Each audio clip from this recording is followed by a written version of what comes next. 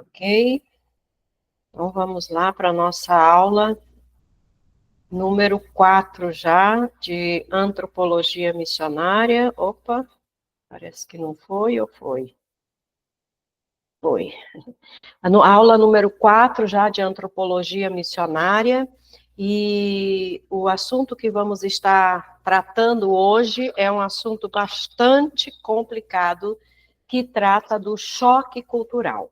O choque cultural, ele acontece na vida do missionário em dois momentos. Ele acontece quando o missionário chega no campo e ele tem que se deparar com essa cultura nova, assimilar tudo isso e se ambientar, né, se integrar nesse novo contexto para poder fazer o trabalho que ele precisa fazer. E depois ocorre um choque cultural quando ele retorna para a sua própria cultura. Tanto quando ele vem e passa muito tempo no campo missionário e retorna simplesmente para passar umas férias, ele já vai sentir uma diferença muito grande, ele vai ter que se adaptar novamente à sua própria cultura, quanto quando ele retorna do campo, ou porque já tem idade, ou por uma questão de saúde, que ele não pode mais ficar, e permaneceu muito tempo lá e retorna, ele tem o mesmo choque cultural que ele enfrenta quando ele sai do seu país, da sua cultura, e chega em outra cultura, e precisa se integrar àquela cultura, esse mesmo choque ele sente quando ele retorna à sua cultura natal. E por que acontece esse choque? Porque, por exemplo, na cabeça do missionário que saiu, vamos supor, saiu do Brasil há 10 anos atrás, ou 20 anos atrás, permaneceu 20 anos lá no campo, 10 anos, não vamos dar tanto tempo não, 10 anos. Na cabeça dele, o que está é aquilo que ele deixou. Na cabeça dele, as coisas continuam do jeito que ele deixou. Quando a pessoa retorna para o seu país, a primeira conclusão que ela chega é que tudo está diferente. Nada é mais igual da forma como ela deixou. E isso traz um choque inicial. E depois ela percebe que algumas expressões do próprio idioma mudaram, tem coisas que as pessoas falam que ela não sabe qual é o significado, ela precisa quase que reaprender novamente o seu idioma. Então, o choque cultural é um problema que acontece tanto quando se vai para o campo missionário, quando se retorna para o campo missionário. E esse é um momento bem, bem crítico, porque se o missionário não consegue superar esse choque, o que vai acontecer? Ele vai retornar e não vai permanecer no campo e não vai fazer o trabalho que ele tem que fazer. E, infelizmente, essa é uma das razões porque muitos missionários retornam antes da hora do campo missionário, por causa desse choque cultural. Então, o choque cultural é o termo usado para descrever as fortes reações de desorientação psicológica que muitas pessoas experimentam quando vivem por um longo período em uma cultura muito diferente da sua. Quando fala aqui de desorientação psicológica, não quer dizer que a pessoa perdeu a noção das coisas. Não.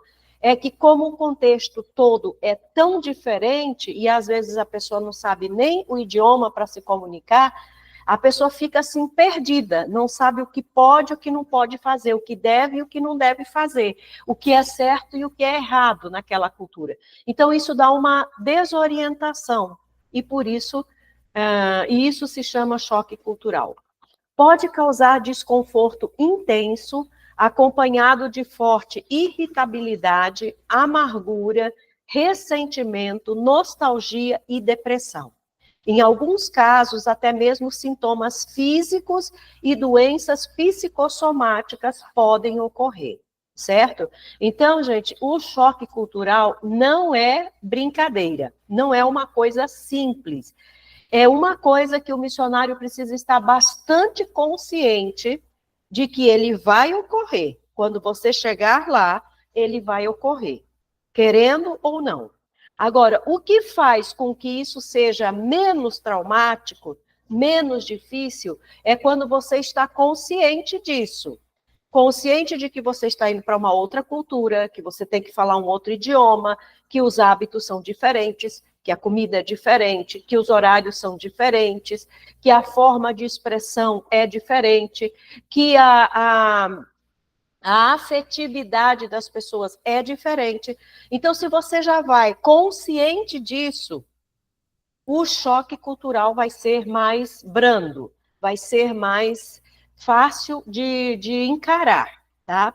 Mas essas situações que a gente vê aqui, de irritabilidade, de sentimento de amargura, ressentimento, porque você vai com tanto amor, tanta disposição, tanta vontade de fazer, e de repente você chega no local e você se sente bloqueado, você se sente impedido, você se sente frustrado por não conseguir fazer nada ou não conseguir entender o que está acontecendo. Isso gera ressentimento, muitas vezes, no coração dos missionários.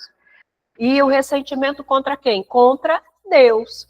Porque se Deus chamou e Deus mandou para aquele lugar e ele está obedecendo, por que Deus permite que as coisas sejam desse jeito? Vem também o sentimento de nostalgia e depressão, a saudade, a solidão. E quando nós estudamos lá sobre vida missionária, nós vimos que uma das coisas que o missionário precisa estar consciente, e ele precisa se preparar psicologicamente, que com certeza ele vai enfrentar, é a questão da solidão e das saudades, né? Porque, por exemplo, quem está lá na Índia, lá no Camboja, lá do outro lado do universo, para vir para o Brasil, por exemplo, não é assim. Haja dinheiro para comprar uma passagem, né? E não é tão simples como ir de um bairro para o outro, de uma cidade para o outro, ou de um estado para o outro, né? Então, a gente precisa estar consciente dessas coisas. O choque cultural ocorre de duas formas. Primeira, não é o resultado de um evento específico ou de uma série de eventos, tá? Então, assim, não é um fator só que causa um choque cultural, mas também não é só uma série de eventos que desencadeia isso. Pode ser uma coisa e tudo ao mesmo tempo. Vem da experiência de encontrar maneiras de fazer as coisas que são diferentes das nossas, certo? Então, você está acostumado, por exemplo, para mim, uma das coisas que foi difícil no Chile foi me acostumar com o horário das alimentações lá. Quando a gente estava em casa, tudo bem, a gente tentava manter o nosso ritmo mais ou menos, né, dentro do nosso horário acostumado. Mas quando a gente estava com os outros, na casa dos outros, a gente estava sujeito aos horários que eram comuns lá. Então, por exemplo, logo no início, o culto começava às 11 horas da manhã. Então, a gente levantava, tomava café e ia para a igreja. 11 horas da manhã. Aí o culto terminava, às vezes, 2, 3 horas da tarde. Eu estava desesperada de fome. E aí as pessoas ainda iam pensar o que iam fazer de comida, ainda iam comprar o que iam fazer de comida e iam fazer a comida. Resultado, quando a gente ia almoçar, era 4, 5 horas da tarde. Isso, na verdade, no início me deixava bastante irritada. Eu ficava impaciente. Eu não conseguia entender por que isso, por que as pessoas não se programavam, não se planejavam, já sabiam que o culto ia terminar tarde, por que não deixavam as coisas adiantadas no dia anterior, para que quando chegasse na hora fosse mais rápido, né, e não tivesse que passar por esse transtorno. Mas essas coisas acontecem. Então, as frustrações que a gente vai sentindo de tentar fazer coisas que são diferentes das que a gente está acostumado, vão gerar em nós esse choque cultural.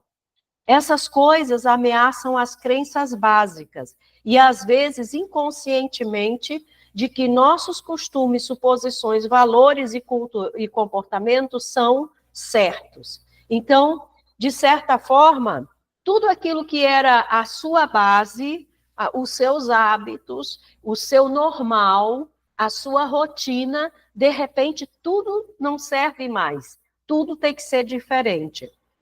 E isso leva inconscientemente a pessoa, às vezes, a pensar que a sua forma de ver e de fazer as coisas, a sua cultura é que é certa, e a outra não. Não acontece de repente, nem tem uma única causa principal. Então, assim, não vai acontecer de repente, é o resultado de um processo. Você não vai chegar, de repente, num lugar e no primeiro minuto que você está ali, você já vai sentir o choque cultural. Você vai sentir a diferença, mas o choque cultural mesmo, ele vai acontecer depois de algum tempo, porque ele é resultado de um processo, resultado das suas experiências nessa nova cultura, de como você está se adaptando ou como você não está se adaptando a essa nova forma de vida. Então, é algo cumulativo. Aquelas experiências frustrantes, difíceis, etc., junta tudo, vai acumulando e chega um momento que você tem todas essas reações que são características do choque cultural. Ela cresce lentamente a partir de uma série de pequenos eventos que são difíceis de identificar, tá? Então, coisinhas pequenas, coisas que não são muito importantes, na verdade, que não são, às vezes, nem importantes de forma nenhuma, mas que são pequenas coisas, pequenos eventos, pequenas situações que vão se juntando e que, de repente, traz uma reação que você não consegue, às vezes, nem identificar por que você está se sentindo daquela forma ou por que você está tendo aquela reação.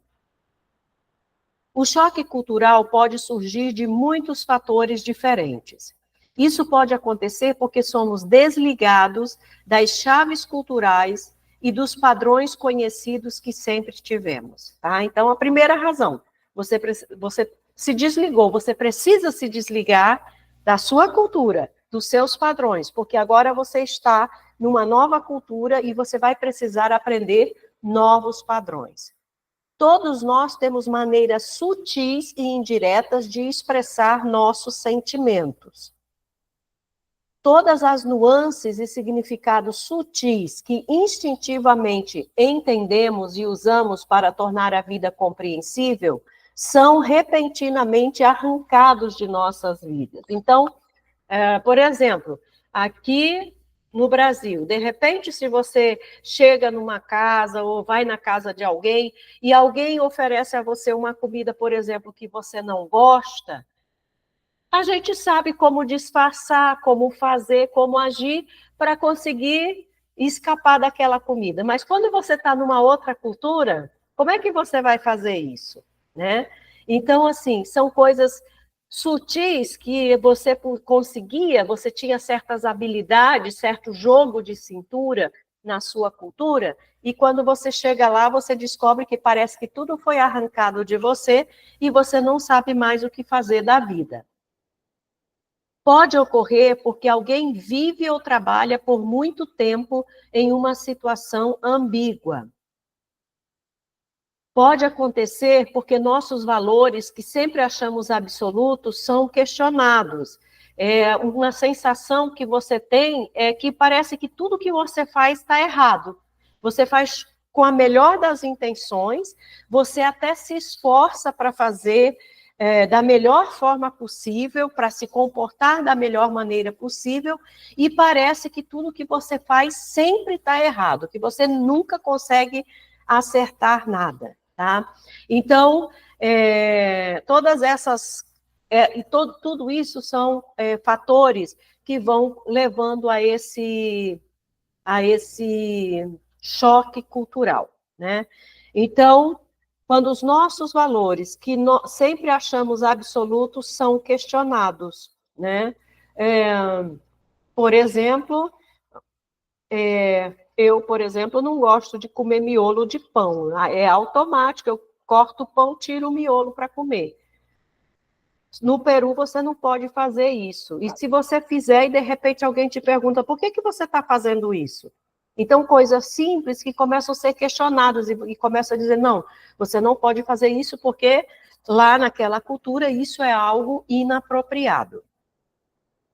O tapete moral foi puxado de debaixo dos nossos pés. Quando fala aqui de tapete moral, aqui, não está se referindo àquilo que nós entendemos no conceito de moral com relação à indecência ou coisas desse tipo. Está falando no sentido de a ideia que nós temos do que é certo, do que é errado, do que pode, do que não pode, daquilo que embasa a nossa vida, as nossas atitudes, as nossas decisões e os nossos comportamentos. Então, numa cultura diferente, você tem a impressão que esse tapete foi puxado e você não sabe mais o que fazer. Obviamente, precisamos decidir o que é absoluto e o que é apenas preferência. Isso também pode acontecer porque alguém foi colocado em situações em que as pessoas esperam que ele funcione com o máximo de habilidade e velocidade, mas as regras mudaram e não foram explicadas adequadamente. Esse choque cultural não acontece somente quando você está, por exemplo, numa cultura diferente. Ele pode acontecer dentro da sua própria cultura, quando você é colocado para fazer alguma coisa diferente daquela que você estava acostumado e que exigem de você habilidades e velocidade que você também não está em condições naquele momento de oferecer. As regras mudam e você não foi informado sobre isso. Então, vêm os choques, surgem os choques.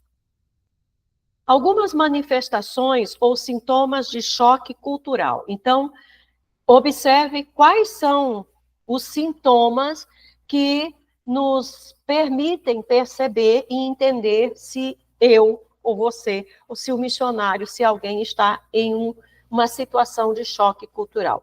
Primeiro deles é a nostalgia.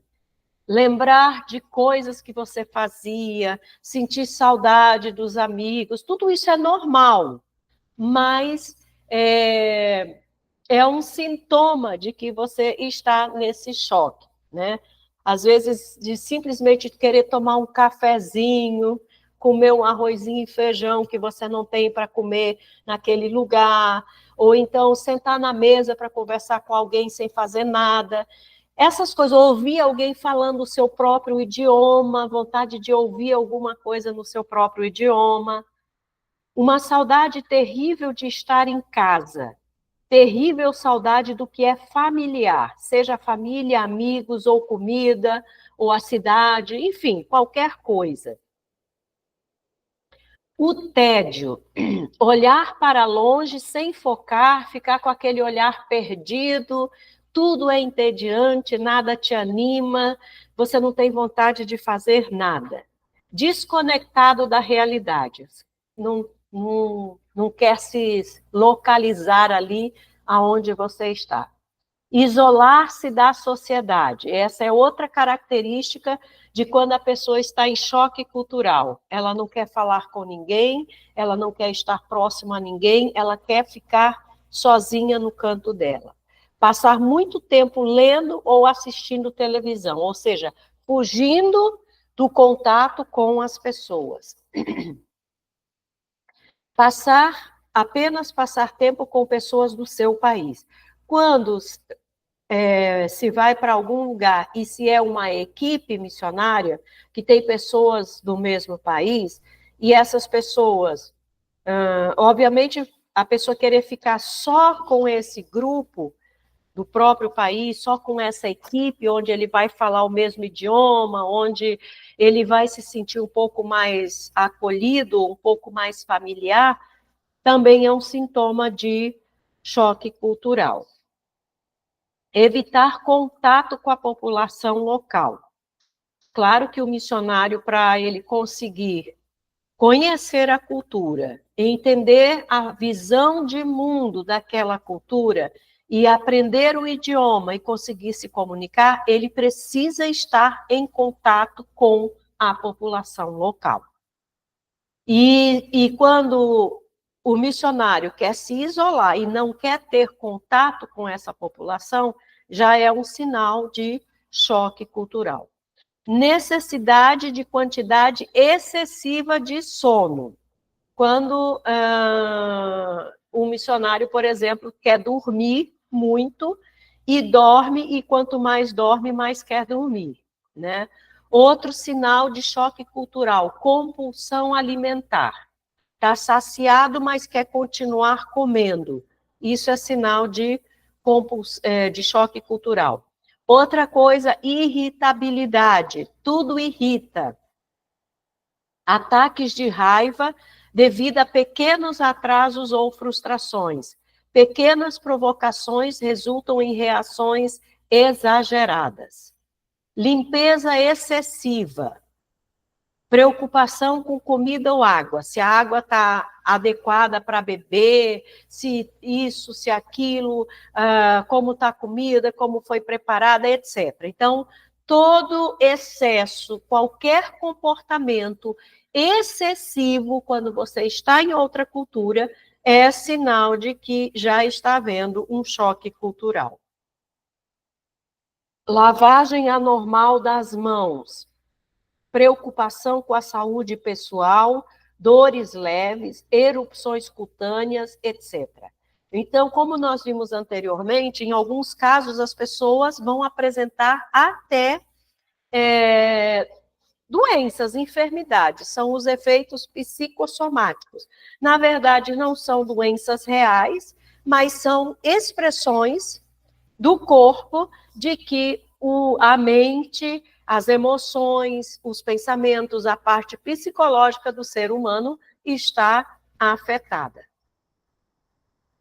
Sentimentos negativos em relação à população local, né? Então, de repente, o sentimento de aversão, de rejeição, de não gostar, não apreciar, não querer conhecer, ver as pessoas de forma estereotipada, tipo, todo mundo é burro, esse povo não aprende, são sujos, enfim, coisas desse tipo.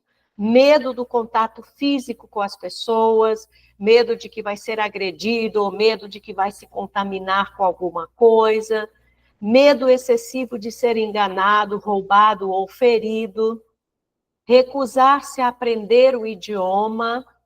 Esse é um sinal sério, porque a primeira coisa, como nós já dissemos nas aulas anteriores, a comunicação é um fator primordial, essencial da identificação. Você pode se vestir como as pessoas, comer o que as pessoas comem, viver numa casa igual a das pessoas, mas se você não aprender o idioma daquele local, você não está se identificando. A aprendizagem do idioma é o primeiro sinal de identificação. Então, quando a pessoa se recusa a aprender o idioma, o outro idioma, é um sinal sério e é um problema grande. E, infelizmente, parece que não, mas isso acontece muito. Existem missionários, ou pelo menos existiam há algum tempo atrás, missionários que se negavam terminantemente a aprender o idioma daquele local, mas queriam que as pessoas daquele lugar aprendessem o seu idioma.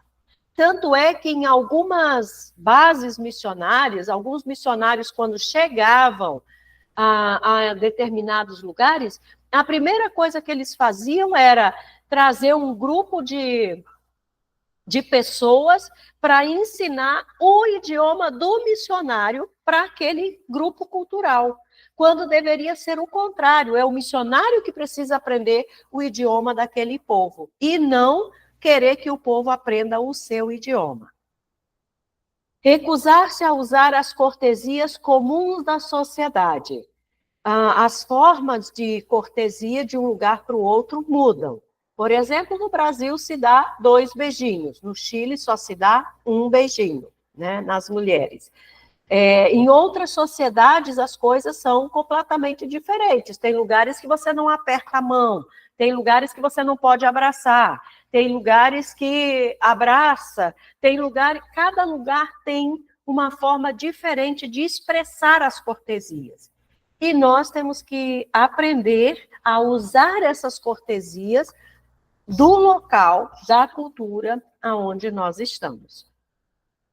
Solidão é outro sinal de choque cultural. Hoje eu consegui ler uma postagem que a Renata tinha me mandado alguns dias atrás e não estava abrindo de jeito nenhum. E hoje eu recebi a mensagem e hoje eu consegui ler o relato de uma missionária ou um missionário, não sei qual dos dois, que ele chegou na casa de uma senhora, parece-me que no Afeganistão ou no Paquistão, e a mulher estava praticamente um esqueleto deitado em cima da cama, uma senhora idosa já, e ela tinha sido abandonada por todo mundo. E aquela senhora disse para o missionário, né, que chegou ali, ou a missionária, que ela estava sozinha, abandonada, ninguém se importava com ela, ninguém cuidava dela, e ela estava morrendo. E ela sentia muita solidão, sentimento completo de abandono, de não ter ninguém. E aí, esse missionário ou missionária, ele foi fazendo um paralelo e dizendo que, da mesma forma como aquela senhora estava expressando que ela estava se sentindo, estando na sua própria cultura, mas tendo sido abandonada pelos seus, o missionário se sente assim, num grau ainda mais profundo. Por quê? Porque, geralmente, no lugar para onde ele vai, não tem igreja, não tem irmãos, não tem família, não tem amigos, não tem ninguém que fale o mesmo idioma, não tem ninguém com quem você possa chorar, não tem ninguém com quem você possa orar, não tem ninguém com quem você possa conversar. Então, o sentimento de solidão, entre aspas, é até normal. Qualquer missionário no campo vai sentir solidão, sim. Agora, nós precisamos saber identificar isso, porque a solidão excessiva, num grau muito profundo, ela é sinal justamente do choque cultural.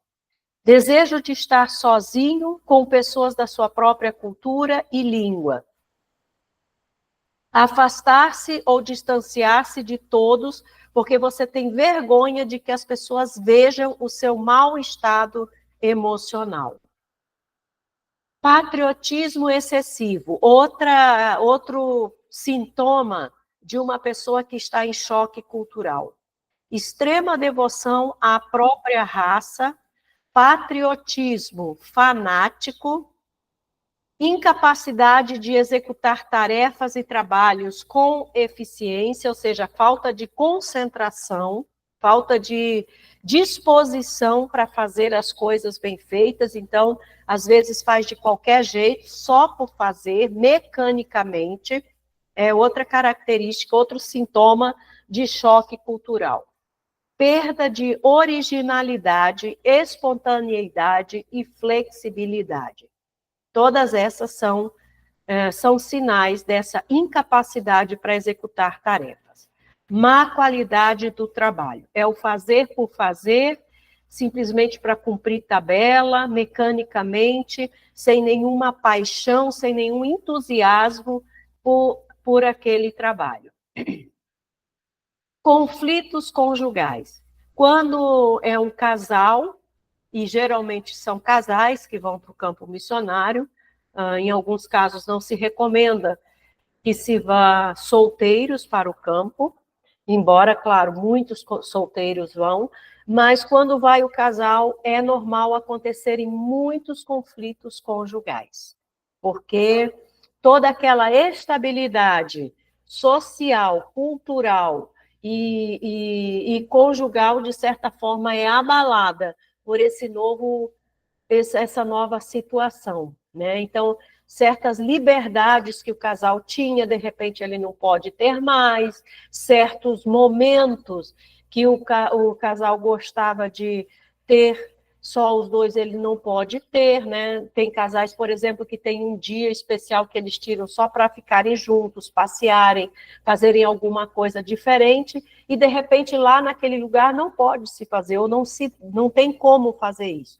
Então, os conflitos conjugais são um sinal do choque cultural. E aí é preciso de maturidade para entender que, na verdade, o problema não é o cônjuge, o problema é a nova situação que você está vivendo e você precisa se adaptar. E aí precisa de paciência dos dois, né? Porque em algum momento um vai estar mais irritado, impaciente, em outro momento vai ser o outro, então sempre vai haver a necessidade de compreensão e de paciência de um para com o outro. Tensão e conflito familiar. Isso também acontece principalmente quando já tem filhos, né? Como os filhos vão ser educados, como lidar com a família naquele novo contexto, e etc. Às vezes a criança, por exemplo, fica doente, ali não tem hospital, vai fazer o que com a criança?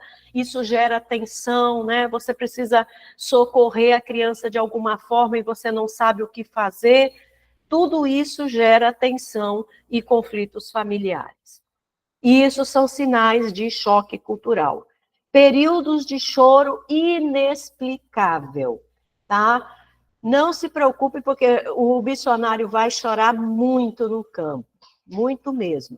É normal, é uma característica do choque cultural do missionário quando ele está no campo. Ele vai ter esses períodos de choro inexplicável. Mal-estar físico, psicossomático, como nós já falamos, ele vai apresentar sinais, sintomas físicos, mas que, na verdade, não são necessariamente problemas físicos. Muitas vezes são problemas apenas consequência de toda essa situação que ele está vivendo. Então, pode ter alergias, urticária, sentir dor, sentir mal-estar, enfim. É normal, é sinal do choque cultural.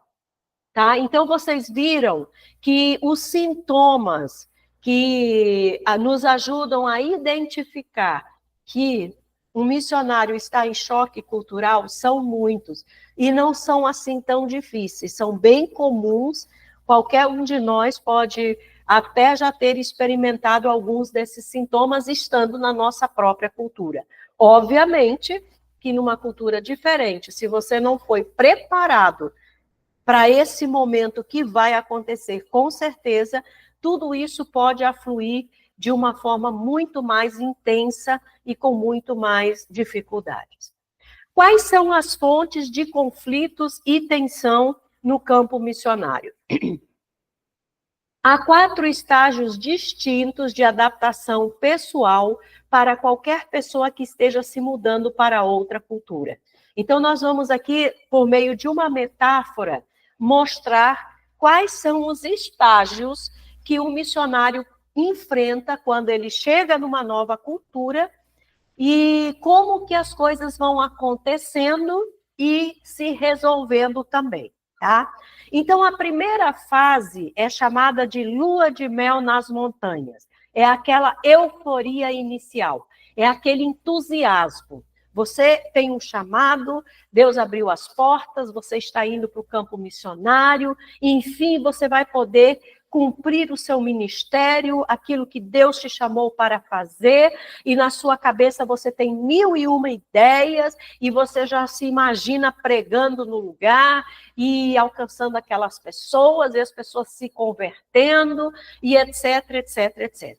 Então, a primeira fase, a chegada, é aquela euforia inicial. E você vai ver que isso aqui, na verdade, acontece em todas as fases da nossa vida constantemente. Cada nova oportunidade traz grandes expectativas e um estado de espírito positivo. Emoções elevadas devido a diferentes estímulos. novas atividades que estimulam. Então, por exemplo, você chega lá, você tem que organizar o lugar onde você vai morar, você tem que organizar a sua rotina, desfazer as suas malas, se ambientar com tudo, né? Providenciar coisas, dependendo do lugar onde você está, providenciar coisas para o seu dia a dia, para a sua vida, e todas essas atividades iniciais de organização e tal, são muito estimulantes. Tudo é maravilhoso. Fascínio por novas imagens e sons. Aí você está conhecendo uma nova paisagem, uma nova realidade, e aí tudo é incrível, tudo é maravilhoso, tudo é lindo. Os sons chamam a atenção, as cores chamam a atenção, tudo é impressionante. Exuberância, porque finalmente se chegou ao lugar depois de muito esforço e desejo, tá? Então, essa é a primeira fase, a lua de mel no alto da montanha. É aquela euforia da realização de estar ali, de chegar ali, de se estabelecer e de se organizar naquele lugar. Esse período de euforia pode durar uma semana ou vários meses, tá? Um declínio é inevitável, a euforia vai passar, depois que tiver tudo organizado, tudo entrando na rotina, essa euforia vai passar.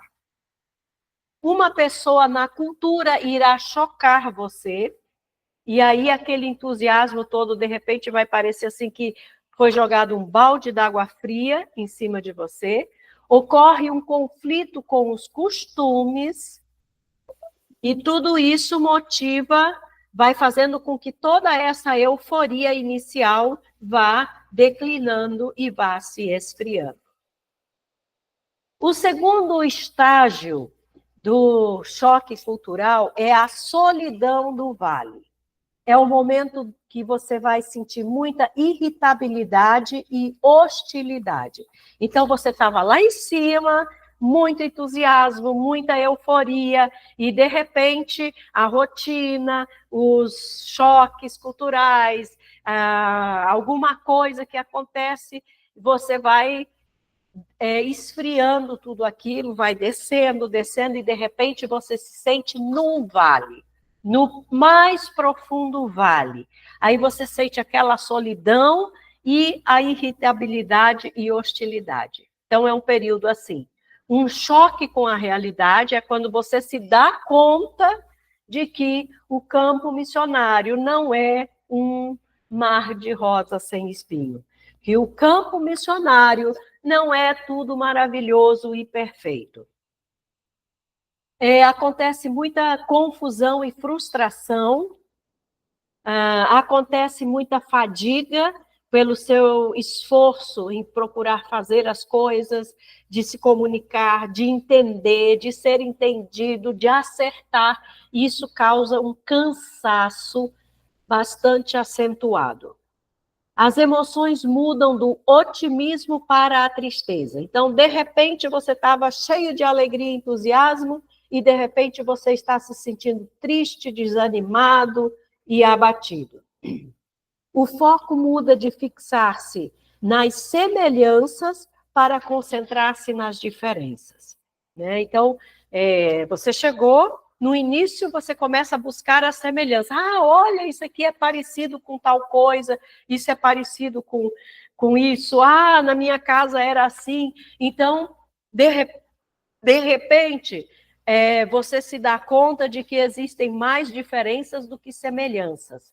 E aí você começa a se concentrar somente nas diferenças. E essas diferenças, então, vão causar toda essa irritabilidade e hostilidade. Uma atitude hostil ou agressiva em relação à população local. Impõe sua própria cultura como a superior. E aí a gente tem que tomar cuidado aqui nesse aspecto. Pequenas insignificantes dificuldades se tornam grandes catástrofes, né? Então, às vezes, uma coisa simples, uma coisa insignificante, que não tem muita importância, e de repente aquilo se transforma num problema assim que parece que é do outro mundo, o mundo vai acabar, né? É nessa fase. Então, a primeira fase é a fase da euforia, da chegada, do estar ali realizando algo que queria. A segunda fase é a fase do vale, a fase da irritação, a fase da decepção, a fase em que a pessoa cai na real. Usando uma linguagem bem comum, é quando a pessoa começa a cair na real.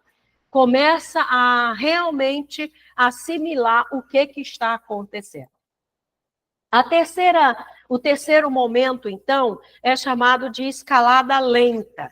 É quando a pessoa já teve todo se encontra ali no vale, começa a perceber a realidade do que é a vida missionária, do que é uma nova cultura, e aí ele começa também a perceber que ele precisa sair daquela situação. Ele não pode simplesmente cruzar os braços e ficar parado, ou não pode simplesmente pegar a mala dele e voltar para casa. Ele tem algo a fazer ali. Então, começa uma escalada lenta, um ajuste gradual, para que ele consiga viver naquela cultura e realizar ali o que ele precisa realizar. Tem alguém com o microfone aberto, por favor? Então, é a hora de ficar ativo novamente. Buscar e encontrar algumas soluções para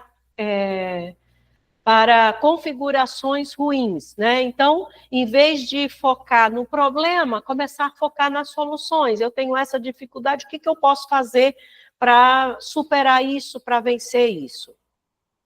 Aprender novos processos, estabelecendo novos padrões, adaptação a novas formas de fazer as coisas, envolver-se com pessoas, escalada lenta e ajuste gradual, certo? Então, depois que a gente cai na real, e aí a gente começa a pensar, o que eu tenho que fazer, ou o que eu posso fazer para vencer os problemas que eu tenho, vencer as dificuldades que eu tenho, seguir em frente, aprender o que eu preciso aprender, adaptar-me a essa nova realidade, etc, etc. Então, é um caminhar lento.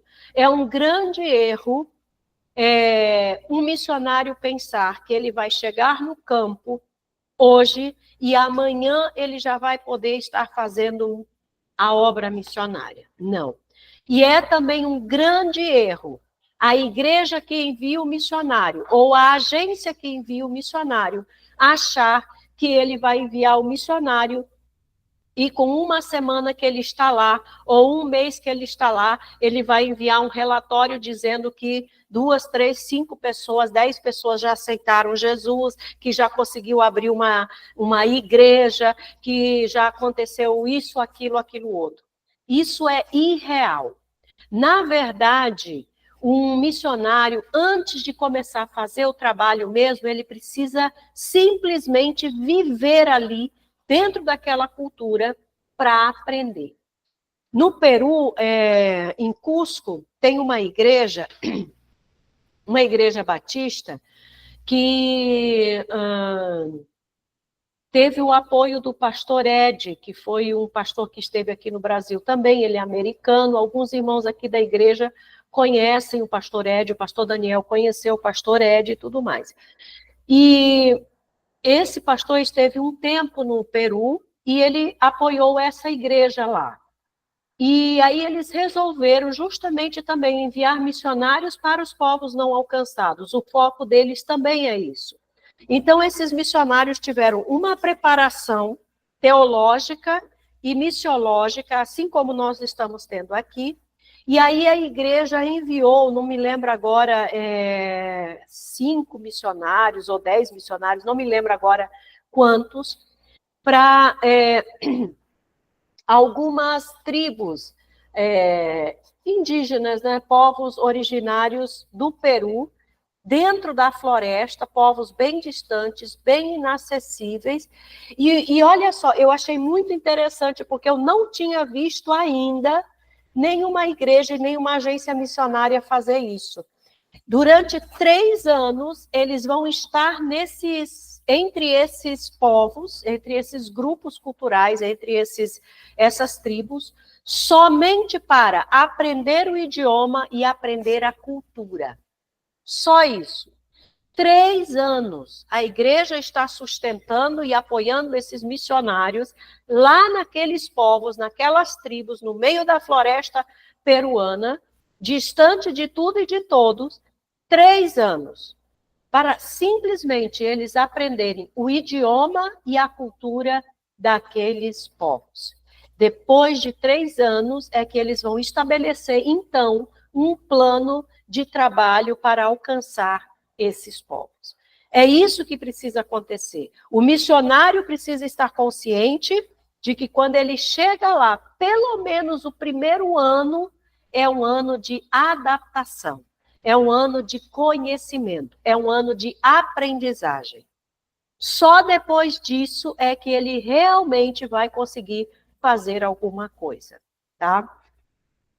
A cultura se torna familiar, né, depois que passou desse vale, nessa fase aqui da escalada lenta, a cultura vai se tornando familiar, a pessoa vai se adaptando, vai aprendendo, já não sente tanta estranheza com o diferente, a pessoa se sente mais confortável na cultura e não se sente tão isolado. Aí já começa a fazer amizade, já começa a ter alguns amigos, alguns contatos, e as coisas aos poucos vão se tornando um pouquinho mais tragáveis, um pouquinho mais fáceis. O quarto estágio do choque cultural, então, é uma integração no meio do caminho, entre o vale e o topo da montanha. Então, olha só, não sei se vocês estão conseguindo visualizar. O missionário chega, ele está aqui no topo, nas alturas. Aí ele desce para o vale. E aí, depois que ele tem aquele choque de realidade, né, a ficha cai, aí ele entende que ele não pode ficar ali no vale, ele tem que sair dali, ele tem que fazer alguma coisa. Então, ele começa um caminho de subir novamente aquela montanha, né? Então, o quarto estágio é justamente esse tempo de integração, chamado de o meio do caminho, entre o vale e o topo da montanha. É o que se chama de adaptação e biculturalismo. As coisas começam a fazer sentido, aceita-se as coisas boas e ruins da cultura com mais facilidade, é possível redefinir os próprios limites culturais, né? De repente você começa a entender que aquilo que inicialmente parecia ser uma coisa terrível, absurda, começa a fazer sentido, não é tão terrível e não é tão absurdo. A pessoa se torna parte de uma nova cultura em sua vida. A capacidade de funcionar em duas culturas ao mesmo tempo. Então, ele começa a desenvolver isso, essa capacidade de funcionar na sua privacidade, um pouco na sua própria cultura, aquilo que pode ser mantido nessa outra cultura, ou talvez junto com outras pessoas que estejam ali, se ele não estiver sozinho, né? A família ou a equipe missionária, e, ao mesmo tempo, funcionar na nova cultura com aquelas novas pessoas, com aquelas novas maneiras de ser. Então, a gente desenvolve essa capacidade. É possível usar facilmente os modos de falar e fazer de ambas as culturas e, às vezes, alternar entre as duas quando for conveniente. Depois que a gente se adapta à nova cultura, isso vai se tornando tão familiar e tão parte de nós que, de repente, por exemplo, um exemplo bem claro, depois que eu já estava bem acostumado com o espanhol lá e já me comunicando bem com o pessoal, entendendo bem o que as pessoas falavam e tudo, às vezes quando eu ia falar com meus filhos ou com a minha irmã, meus irmãos, ou alguma pessoa aqui do Brasil, às vezes sem querer saía uma palavra em espanhol. Por quê? Porque eu já estava tão habituado àquilo que saía naturalmente quando eu estava falando português. O que acontecia inicialmente, que quando eu ia falar espanhol, saía uma palavra em português, depois de algum tempo acontecia o contrário. Quando eu ia falar português, saíam palavras em espanhol. Né? Então, a pessoa desenvolve essa capacidade de conviver em uma e outra cultura. Espera-se um choque cultural reverso ao retornar à terra natal. Então, isso acontece. Tá? Como eu falei inicialmente, o choque cultural acontece em 2 momentos. No momento em que o missionário chega no campo e ele tem que se adaptar a uma nova cultura. E aí ele passa tempo ali naquela cultura e quando ele retorna para a sua própria cultura, ele vai ter novamente um choque cultural, porque de certa forma ele imaginou encontrar tudo da forma como ele deixou. E quando ele chega, ele descobre que nada mais está do jeito que ele deixou. As pessoas mudaram, as ruas mudaram, as cidades mudaram, as palavras mudaram, até a comida mudou. Muita coisa muda, tudo muda, na verdade. Então, o choque cultural ele acontece quando se vai e quando se retorna. E aí também é a necessidade da igreja e da agência missionária ter esse entendimento e ter paciência com o missionário quando ele estiver nesse processo de retorno para a sua própria cultura. Considerando agora nessa última parte da aula, nós vamos falar um pouco sobre considerando grupos tribais e métodos de evangelização. Quando nós falamos de grupos tribais aqui, gente, não estamos falando de tribos indígenas somente. Quando nós estamos falando de grupos tribais, nós estamos falando de qualquer grupo humano exclusivo, certo? Então, por exemplo, Papua Nova Guiné tem grupos tribais. Não são como os índios daqui, mas eles são um grupo exclusivo, fechado, limitado e bem distante, separado da cultura ocidental ou do mundo civilizado, como nós chamamos, tá? Então, grupos tribais se refere a qualquer grupo humano que não tem muito contato com o mundo civilizado, ok? Visão de mundo para povos tribais. Existem vários termos para a visão de mundo dos povos tribais. Por exemplo, politeísmo, crença em múltiplas divindades. Geralmente, a maioria dos grupos tribais, eles têm essa visão de mundo, que existem muitas divindades. Animismo, a crença em espíritos e no poder da natureza. É outra coisa que é muito comum entre os grupos tribais. Anitamismo, a crença em um poder impessoal, né? Como se, por exemplo, o vento ou fogo, ou sei lá, alguma coisa invisível tivesse um poder. Então, eles creem nesse poder impessoal, que a gente poderia até chamar de demônios, né? A maioria dos antropólogos descreve as crenças dos povos tribais como animismo. A maioria dos grupos tribais são grupos animistas. Na próxima disciplina, vocês vão aprofundar o que significa de fato, o que é de fato o animismo. A visão de mundo de um tribalista não corresponde a nenhuma das religiões do mundo, as atuais, tá? Alguns estimam que 40% dos habitantes do mundo tenham uma visão de mundo animista. Pode ser a mais primitiva de todas as religiões do mundo. Segundo os estudos antropológicos, provavelmente o animismo seja a religião, entre aspas, mais primitiva e mais antiga do mundo. E aí, só para voltar lá e nos lembrarmos, o animismo é a crença em espíritos e no poder da natureza, tá? Então, por exemplo, uma pessoa que diz, Deus está numa flor, Deus está na árvore, tem até um louvor, se não me engano, que fala isso, não sei o que lá é Deus, não sei o que lá é Deus, isso é animismo, tá? Isso não é correto, isso não é bíblico, porque uma árvore não é Deus. Deus não está na árvore. Uma flor não é Deus. Deus não está na flor. Deus criou todas as coisas, mas ele não está nas coisas que ele criou. E os povos tribais, eles geralmente consideram que todos os elementos da natureza abrigam espíritos ou abrigam uma divindade ou têm algum poder sobrenatural. Então, isso é animismo. Isso não é só de povos tribais. A gente percebe hoje, na cultura chamada civilizada e nas religiões modernas, como existem resquícios, sinais desse animismo presente. A visão de mundo tribal inclui elementos sagrados e seculares.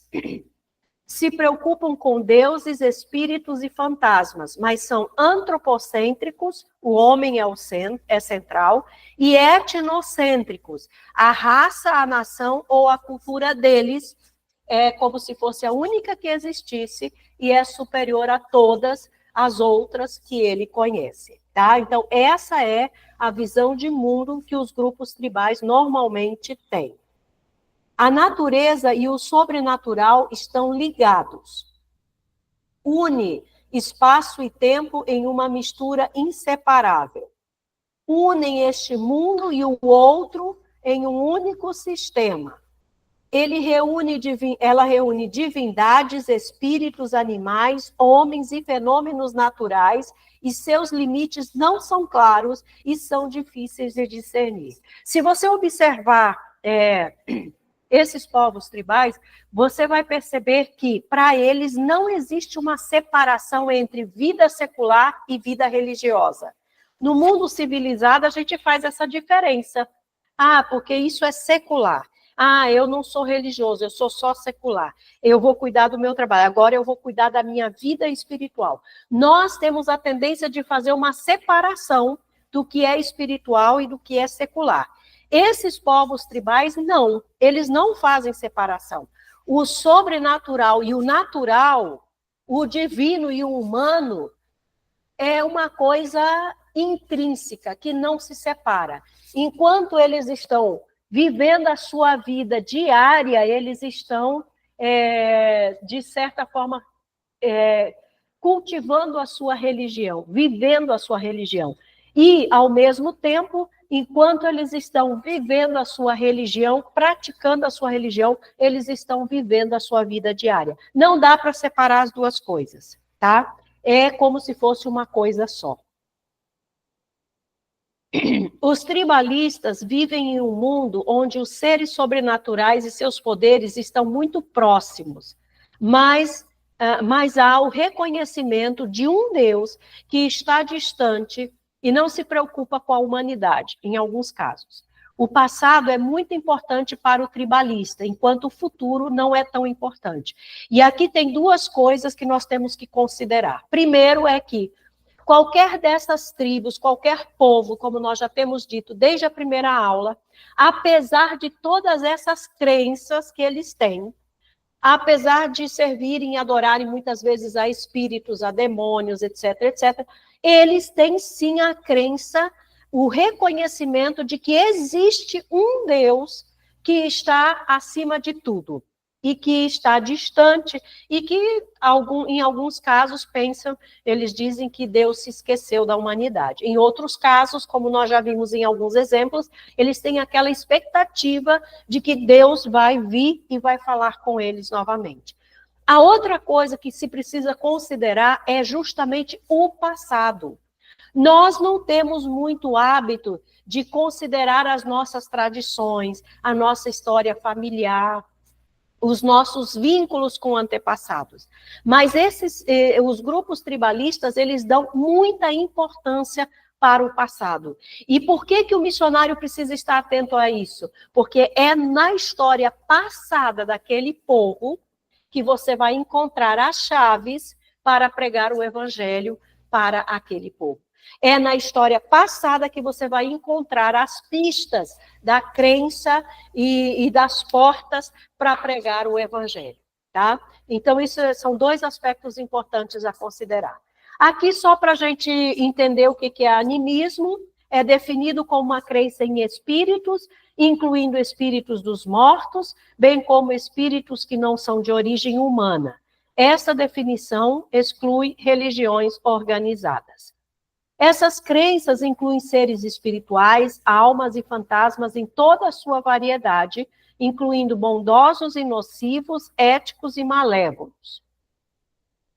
Ritos, encantamentos, pessoas e práticas são usados para exorcismos, para agradá-los ou manipulá-los para fins pessoais e públicos. Homens famosos, árvores vigorosas, pedras raras, amuletos, estrelas e fenômenos naturais possuem um poder e uma força vital e desejável. Magia, bruxaria, paisagismo, adivinhação e horóscopo são usados para buscar benefícios. Aplicando o evangelho aos povos tribais. A libertação em Cristo. Reconhecemos que os espíritos e suas forças são reais. Nosso Cristo pode libertá-lo completamente dessas forças. Agora, é óbvio, você não vai chegar lá expulsando demônios, porque primeiro eles não vão entender nada. Primeiro você precisa encontrar o ponto de contato, primeiro você precisa pregar, ensinar a mensagem do evangelho, e quando eles entendem isso, aí sim eles começam a perceber que precisam de libertação. Na verdade, eles querem ser libertos desses espíritos, porque são espíritos que oprimem, que ameaçam, que causam medo, como nós lemos em um dos exemplos, que a pessoa dizia que eles serviam a esses espíritos por medo, não porque os amassem, certo? Então, precisa-se de sabedoria. Nós sabemos que Jesus liberta, mas nós precisamos ter sabedoria para fazer isso quando chegamos numa tribo, seja ela de qual grupo for, para pregar o evangelho. Em tempos de crise, a Bíblia fornece respostas e soluções que sustentam, reforçam e são confiáveis. A palavra de Deus deve ter suprema importância. Toda necessidade é suprida com a Bíblia. E aí também a necessidade de que a Bíblia seja traduzida para aquele idioma, para aquele povo. Isso não é verdade para ele se o missionário não o fizer. Então, o próprio missionário, com a sua vida, a sua vivência, ele precisa deixar evidente a importância que a Bíblia tem, a palavra de Deus. E quando a gente chega nesses povos, e outra vez, e encontra esse abridor de olhos, automaticamente eles vão querer saber o que tem nesse livro, porque eles já estão esperando essa mensagem, né? O que eles precisam é justamente que a Bíblia seja traduzida para eles, para que eles possam entender. Deve-se apresentar claramente o relacionamento rompido com o Criador e a solução para restaurá-lo. Olha, uma coisa que o missionário precisa ter bem claro é o que é o evangelho. Não sei se o professor que vai dar evangelismo para vocês, ele vai entrar nesse aspecto. Ele vai falar sobre isso, que são os 4 pontos do evangelho: Deus, o homem, Cristo e a resposta. Por quê? Porque você não vai chegar lá dizendo para eles, Deus te ama. Ele precisa entender que o relacionamento do homem foi quebrado, foi rompido por causa do pecado. E que Jesus veio justamente para que esse relacionamento fosse restaurado. E diante dessa realidade, aquele povo, aquelas pessoas precisam dar uma resposta. E a resposta é arrepender-se e crer. Então, isso precisa ser apresentado claramente. Quase todas as tribos estão cientes de um relacionamento rompido com Deus. A reconciliação é por meio de Jesus Cristo. Geralmente eles não sabem como fazer para retomar esse relacionamento, para consertar esse relacionamento. Prepare-se para comunicar. Comunicar o evangelho requer preparação adequada. Uma boa comunicação requer certos fatores importantes, e vocês já estudaram comunicação transcultural. Há 4 áreas importantes que queremos estudar. Estude as religiões do seu campo missionário, e vocês vão ter uma noção sobre isso na próxima disciplina. É preciso conhecer as doutrinas da religião específica daquele lugar. Então, você tem que conhecer, se você vai trabalhar com muçulmanos, tem que ler o Alcorão, estudar o Alcorão, conhecer as doutrinas dele, a visão de mundo deles, as práticas deles, saber tudo. Se você vai pregar entre hindus, você precisa estudar o hinduísmo. Se você vai pregar entre os budistas, você precisa estudar o budismo, e assim sucessivamente. Leia a biografia do fundador dessa religião. As experiências dessa pessoa podem ser a chave para entender como ela desenvolveu suas ideias. Leia as escrituras daquela religião. Tente ler os comentários dos seguidores dessa religião. Tente discernir o espírito dessa religião e seus objetivos. Tem um espírito de fatalismo, de medo, de humanismo? Descubra os aspectos comuns e os contrastes que esta religião tem com o cristianismo. Tenha domínio do idioma das pessoas. Para aqueles que querem se comunicar com outra cultura, a proficiência no idioma é a maior prioridade. Ter conhecimento do idioma pode ser a diferença entre o sucesso e o fracasso no ministério de um missionário. O idioma é a ferramenta mais importante. O domínio da língua é necessário para conseguir entender as pessoas. O idioma é a chave para entender sua mente. Ele revela o que elas pensam, entendem e sentem. O idioma também nos permite chegar mais perto dos seus corações. Uma das maneiras mais importantes de expressar amor é conhecer o idioma deles. O idioma é essencial para comunicar o evangelho. É a chave para abrir a alma das pessoas. Encontre uma maneira de se identificar com as pessoas. A identificação é absolutamente essencial para uma boa comunicação. Filipenses capítulo 2 fala lá de Jesus. Lembra do texto? Que Jesus diz lá que Jesus deixou a sua glória, não teve por usurpação ser igual a Deus, deixou a sua glória e tal, e veio para a terra e se identificou, assumiu a forma humana, etc, etc. Então, você precisa se identificar. Jesus se identificou completamente com a humanidade. Ele se identificou com a sua pobreza, se identificou com o seu trabalho, se identificou com as suas necessidades físicas, com as suas tentações, ele se identificou com as suas provas, ele se identificou com seus sofrimentos e pecados. Cristo também se identificou com a cultura do seu povo. E com isso, eu vou deixar aqui de compartilhar e vou ler um relato do Don Richardson para aguçar mais um pouquinho a vontade de vocês de lerem esse livro. Ele diz assim, é de um povo chamado Mbaka, da República Centro-Africana. O que aconteceu entre o povo gedeu não é, de maneira alguma, um incidente isolado. Por incrível que pareça, literalmente, milhares de missionários cristãos, através da história, ficaram surpresos com as boas-vindas exuberantes de alguns povos mais remotos. Pessoas que não conseguiriam ler um jornal, nem mesmo se ele fosse atirado à sua porta, previram a chegada dos mensageiros do Deus verdadeiro, com tanto conhecimento como se tivessem acabado de ler sobre eles no noticiário matutino. Porém, geralmente o Deus dos céus, como os antropólogos costumam designá-lo, não revelava o tipo de boas notícias que seus mensageiros transmitiriam. Ele preferiria dizer apenas que estavam para chegar. Eis o motivo pelo qual a história de Coro vem a ser uma exceção estonteante. Quem é Coro? Coro é o criador, como é chamado em várias línguas banto da África. E uma tribo banto, os Mbaka, chegaram talvez mais perto do que qualquer outro povo da terra a prever não apenas a chegada de uma mensagem de Coro, mas até mesmo da parte do seu conteúdo. Aí fala aqui onde eles estavam localizados e tal. O missionário ficou impressionado porque eles respondiam tão rápido a mensagem do evangelho.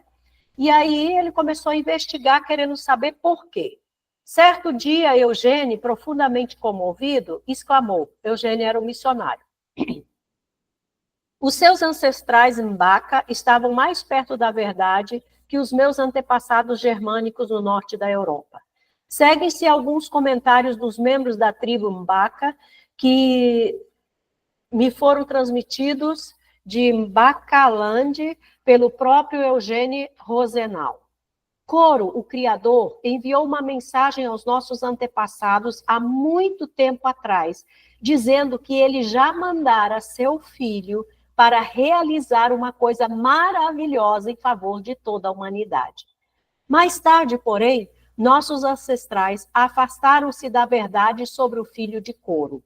Com o tempo, eles até esqueceram o que ele havia feito pela humanidade. Desde a época do esquecimento, gerações sucessivas de nosso povo desejaram descobrir a verdade sobre o filho de Coro. Mas tudo o que puderam saber foi que mensageiros finalmente viriam para repetir esse conhecimento esquecido. De alguma forma, sabíamos também que os mensageiros seriam provavelmente brancos. Em qualquer caso, resolvemos que a chegada dos mensageiros de Coro, isso são as pessoas dessa tribo falando, todos nós lhe daríamos as boas-vindas e creríamos em sua mensagem. Ferdinand de Rosenau, que era o pai desse missionário Eugênio, descobriu, além disso, que os homens de uma certa aldeia chamada Iablangba eram considerados guardadores das tradições de Coro, uma espécie de clã levítico dentro da tribo. Como então eles responderam ao evangelho? Aí eles vão mostrar aqui que quase 100% dessa tribo aceitou a Jesus, se converteu quando os missionários chegaram. E aí ele ainda diz assim, até mesmo os ritos de passagens tribais entre os Mbaca, diz Eugênio, mostram paralelos judeus cristãos. E detalhe, essa tribo nunca teve contato com judeus e nem com cristãos. Primeiro, os anciãos oferecem um sacrifício de sangue pelos iniciados. A seguir, batizávamos por imersão num rio. Durante vários dias após o batismo, o iniciado deveria comportar-se como uma criança recém-nascida. De acordo com o simbolismo, não lhe era permitido falar. E aí vão aqui explicando, dizendo como eles têm a ideia do céu, do inferno, etc. E ele finaliza, então, dizendo assim, os Mbaca também receberam alegremente o evangelho por ter lhe sido recomendado por alguém que conheciam e em quem confiavam, sua própria tradição sobre Coro. Então, vejam aí como, mais uma vez, as tradições dos povos já nos mostram que é possível pregar o evangelho em qualquer lugar, e os povos já estão preparados para isso. Nós precisamos descobrir essa chave, esse abridor de olhos. Perguntas?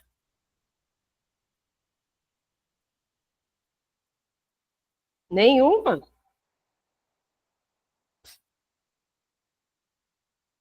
Não? Nada, Tereza? Nada, Cristina? Nada, Letícia? Não. Pastora. Agora, é muito interessante, né? Porque quando a gente vive essas crises, a gente pensa que somos só nós que estamos vivendo, estamos numa bolha. E, na verdade, o tanto de gente que passa. E é muito complicado. Você falou muito de, se você se preparar, você não vai sofrer. Mas mesmo a gente se preparando, a gente tem um choque muito pesado.